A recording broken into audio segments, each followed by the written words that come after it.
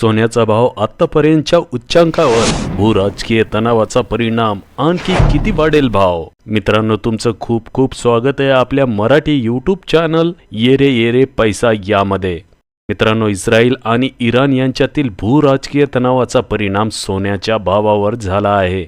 भूराजकीय तणावामुळे ऐतिहासिकदृष्ट्या सुरक्षित आश्रयस्थान म्हणून सोन्याची मागणी वाढली आहे. अलीकडील ट्रेंड असे दर्शवतो की सोन्याच्या किमतीत आणखी वाढ होण्याची शक्यता आहे. मध्य पूर्वेत तणाव वाढला तेव्हा सुरुवातीला सोन्याच्या किमती वाढल्या, पण त्यानंतर किमती स्थिर झाल्या.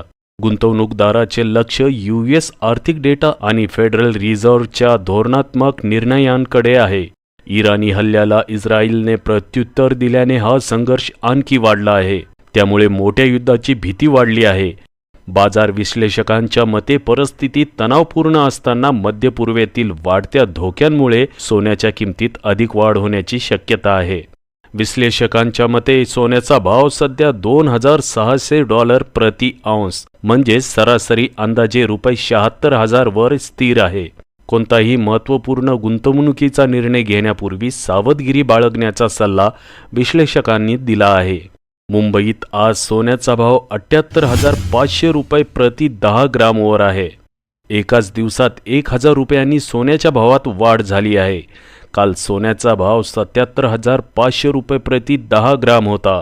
दिवाळीपर्यंत सोन्याचा भाव 80,000 पर्यंत जाण्याचा अंदाज आहे. आज चांदीचा भाव ₹93,800 प्रति 1 किलोवर आहे. इस्रायल आणि इराणमधील संघर्ष, विशेषतः इराणने इस्रायलच्या दिशेने डागलेल्या 180हून अधिक क्षेपणास्त्रांमुळे अनिश्चितता निर्माण झाली आहे आणि लवकरच युद्धविराम होण्याची शक्यता दिसत नाही. सोन्याच्या किमतींवर परिणाम करणाऱ्या प्रमुख घटकांपैकी म्हणजे एक अमेरिकन डॉलरची ताकद.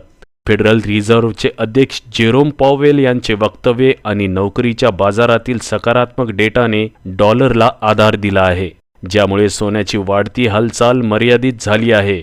गुंतवणूकदार देखील नॉन फॉर्म पेरोल्स अहवालाच्या प्रकाशनाची वाट पाहत आहेत, ज्यांचा डॉलर आणि सोन्याच्या किमतीवर लक्षणीय परिणाम होऊ शकतो. सोन्यात गुंतवणूक करायची की नाही याचा विचार करणाऱ्यांनी सध्या भूराजकीय परिस्थिती आणि आर्थिक डेटा या दोन्हींवर बारीक नजर ठेवणे महत्त्वाचे आहे. जागतिक बाजारपेठेतील अनिश्चितता वाढते तेव्हा सोने सामान्यतः वाढत असते. त्यामुळे गुंतवणूक करताना तज्ज्ञाचा सल्ला घ्या. तर मित्रांनो, येत्या वर्षाअखेरीस तुमच्या मते सोन्याचा भाव किती होईल हे मला कमेंटमध्ये कळवा. तर मित्रांनो, हा होता आजचा माझा छोटासा व्हिडिओ.